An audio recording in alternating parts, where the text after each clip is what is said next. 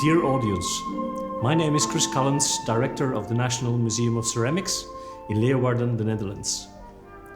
I welcome you to this special museum because it is not only the Museum of Ceramics, it is also the city palace of a princess of the Dutch royal family, and it is the birthplace of the famous graphic artist M.C.Escher. Today they are joining us in a special series of concerts where music and the arts are joined. I wish you a pleasant stay in our palace where these elements come together. It is in 1936 that Escher pays another visit to the Alhambra. And it is 2 years later that he creates this work, Day and Night.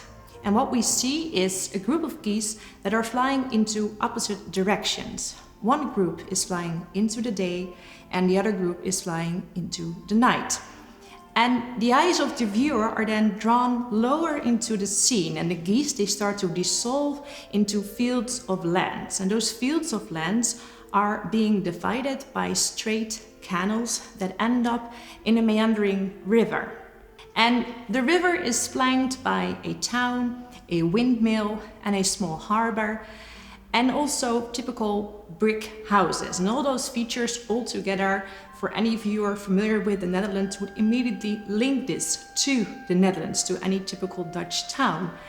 So on the one hand, we can see that this scene is sort of a tribute of Escher by linking to his roots, his Dutch heritage where he grew up, and which has been very influential in his work also later on.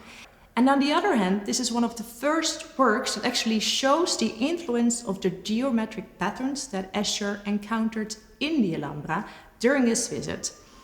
And instead of using abstract patterns, which he saw in Spain, in his prints he started using figures. So instead of motifs, he's using humans and animals and plants, and he's creating his own signature style, and he continues using that throughout his other prints and becomes one of his most famous artworks.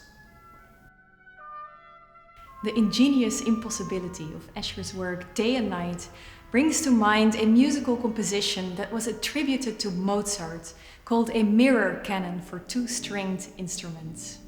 The sheet music is laid out horizontally, and each player starts from the top left corner. And as they read diagonally to the opposite side, the voices, one playing the inverted version of the other, cross. And they eventually end up at the point where the other one started. And this beautifully presents the interwoven parts of the work Day and Night, like the geese flying in opposite directions. And then, singly zooming in on each opposite voice, double bassist James Oesi will perform the sarabande from the 5th cello suite of Bach, and then I will perform the llI from the D minor partita for solo violin.